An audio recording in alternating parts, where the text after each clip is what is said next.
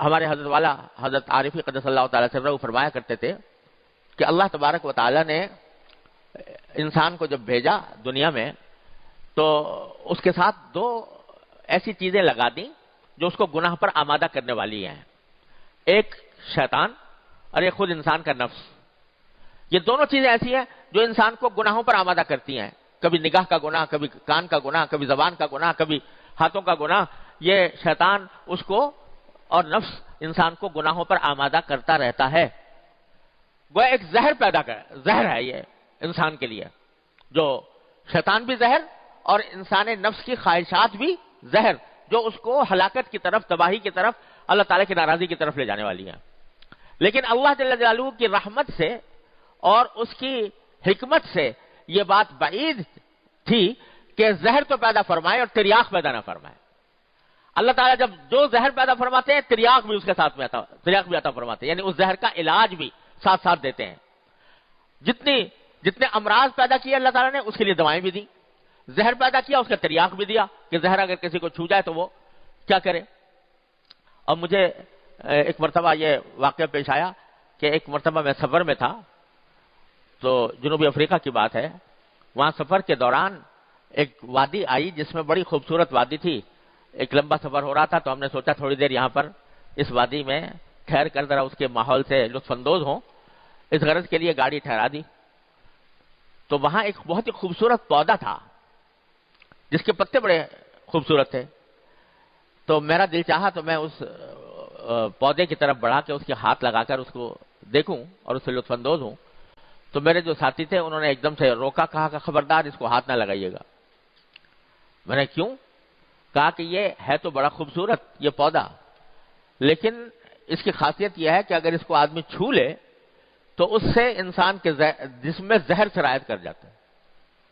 اور اس کی ایسی تکلیف ہوتی ہے جیسے کسی بچھو کے کاٹنے کی ہوتی ہے یا کسی موذی جانور کے کاٹنے سے جیسے تکلیف ہوتی ہے، ایسی تکلیف ہوتی ہے اس کو چھو لینے سے۔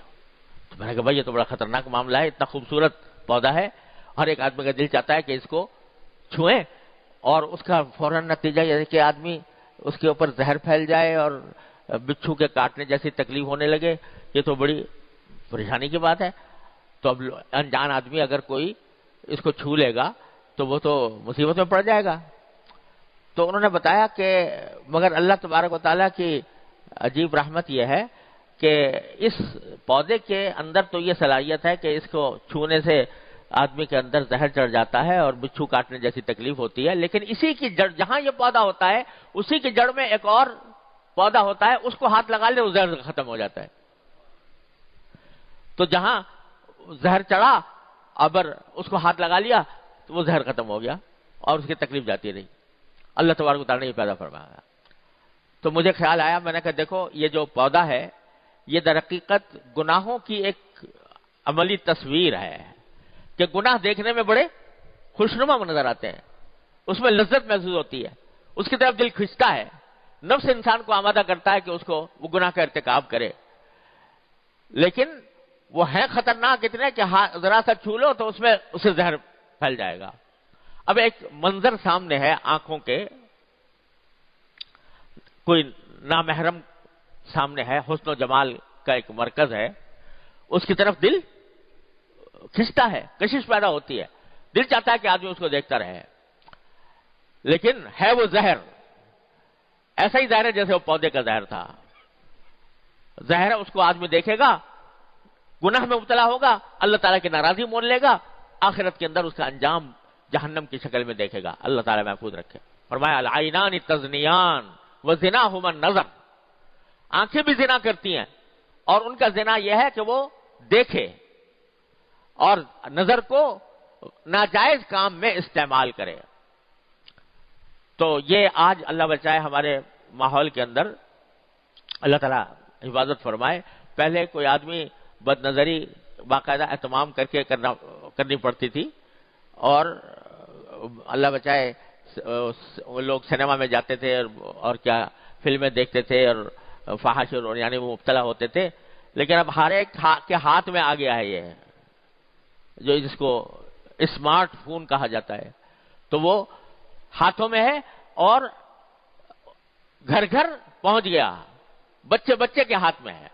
اور اس کے اندر بد نظری کے سامان بکھرے پڑے ہیں. اب وہ دل تو مچل رہا ہے اس کی طرف کہ اس ناجائز معاملے کو دیکھوں، دل مچلتا ہے، اس کے اندر پر کشش ہوتی ہے، لیکن یہ بخدا یہ اتنا ہی زہریلا کام ہے جیسے کہ اس پودے کا تھا. جو پودا خوبصورت تھا لیکن اس کے اندر زہر چھپا ہوا تھا، اسی طرح اس میں زہر چھپا ہوا. یہ ہر وقت، ہر آن، ہر لمحے، ہر انسان، چھوٹے بڑے، بچے بوڑھے، ہر ایک کے ہاتھ میں یہ زہر آ گیا ہے، لیکن اس کے زہر ہونے کا احساس نہیں، جیسے کہ مجھے اس پودے کی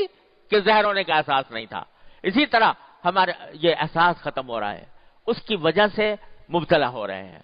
اس زہر میں مبتلا ہو رہے ہیں. تو شیطان اور نفس یہ دونوں اس طرف لے جا رہے ہیں، گناہوں کی طرف لے جا رہے ہیں. لیکن اللہ تبارک و تعالی نے اس کا تریاق یہ پیدا کیا کہ جب تمہیں شیطان ڈسے، جب تمہیں نفس کا تقاضا ڈسے، تو اس کا تریاق یہ ہے کہ اللہ تعالیٰ کی طرف رجوع کر لو فوراً. یا اللہ مجھ سے بہت غلطی ہو گئی، معاف فرما دیجیے، استغفار کر لے، توبہ کرے. توبہ کا اصل کام تو یہ ہے کہ توبہ کے 3 جز ہوتے ہیں. ایک یہ کہ اس کام کو جس سے توبہ کر رہا ہے فوراً چھوڑ دے.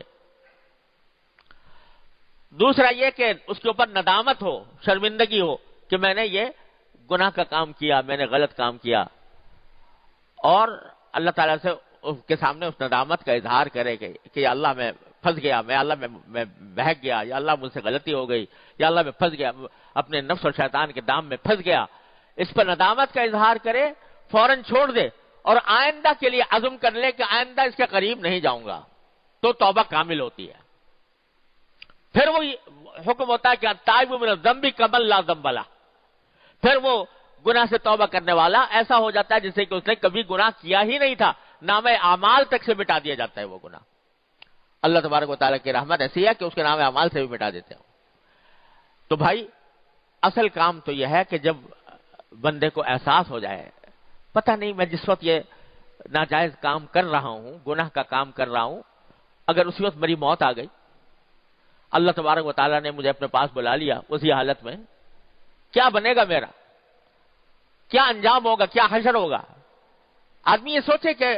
کتنا بھروسہ ہے تمہیں کہ کتنی دیر زندہ رہو گے. بیٹھے بیٹھے انسان ختم ہو جاتا ہے.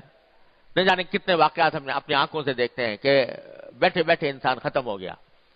تو اول تو آدمی کو یہ سوچ کر اس کو فوراً اس سے توبہ کرنی چاہیے، اللہ تبارک و تعالیٰ کی بارگاہ میں حاضر ہو کر ندامت کا اظہار کر کے یا اللہ یہ ہو تو گیا، اپنی رحمت سے مجھے معاف فرما دیجئے، آئندہ نہیں کروں گا، آئندہ نہ کرنے کا عزم کر لے. اور یہ تو ہے توبہ. اور ایک ہے استغفار. استغفار یہ ہے کہ معافی مانگ لے، اور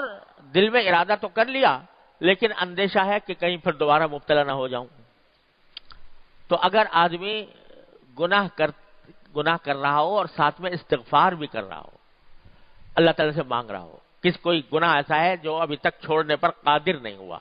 حالات کچھ ایسے ہیں کہ ان کو چھوڑنے پر قادر نہیں ہوا،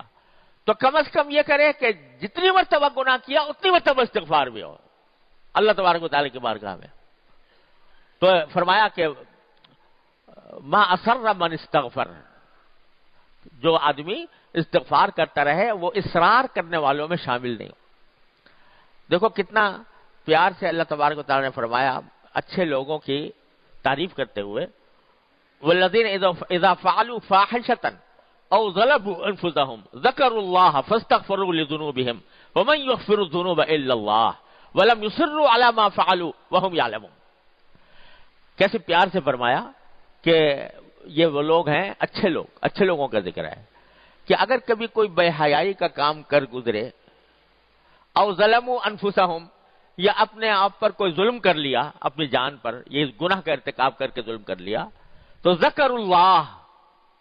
یہ نہیں کہ بس گناہ کر لیا اور غفلت کے عالم میں اپنے کام میں لگ گئے، نہیں، گناہ ہوا، بے حیائی کا کام ہوا، اپنی جان پر ظلم کیا، لیکن اللہ کو فوراً یاد کر لیا، یا اللہ مجھ سے غلطی ہو گئی، یا اللہ میں پھنس گیا، یا اللہ مجھ سے غلطی ہو گئی، ذکر اللہ فاستغفروا لذنوبہم، اور پھر اپنے گناہ پر استغفار کر لیا، یا اللہ مجھ سے ہو گیا، اپنی رحمت سے معاف فرما دے، یا اللہ مجھ سے ہو گیا، بہت غلطی ہو گئی، لیکن میں انسان ہوں، بشر ہوں، مجھ سے یہ غلطی سرزد ہو گئی ہے، اپنی رحمت سے معاف فرما دیجیے۔ پھر بیچ میں اللہ فرماتے ہو من یغفر الذنوب الا اللہ، اللہ کے سوا ہے کون جو تمہارے گناہوں کی مغفرت کرے؟ ومن یغفر الذنوب الا اللہ ولم یصروا علی ما فعلوا، اور جو گناہ کیا تھا اس پر اصرار نہ کریں۔ اصرار کرنے کے معنی یہ کہ اس کو صحیح ثابت کرنے کی کوشش کریں، جیسے کہ آج کل اللہ بچائے بعض لوگ گناہوں کے اوپر سینہ زوری بھی کرتے ہیں، کہتے ہیں بھئی یہ گناہ کیوں ہے، اس میں خرابی کیا بات ہے، اس کو تعویلیں کرنی شروع کر دیتے ہیں۔ تو ایسا نہ کریں، اصرار نہ کریں اپنے کیے پر جانتے بوجھتے، بلکہ اگر ایک مرتبہ گناہ ہوا، ارادہ کر لیا، انشاءاللہ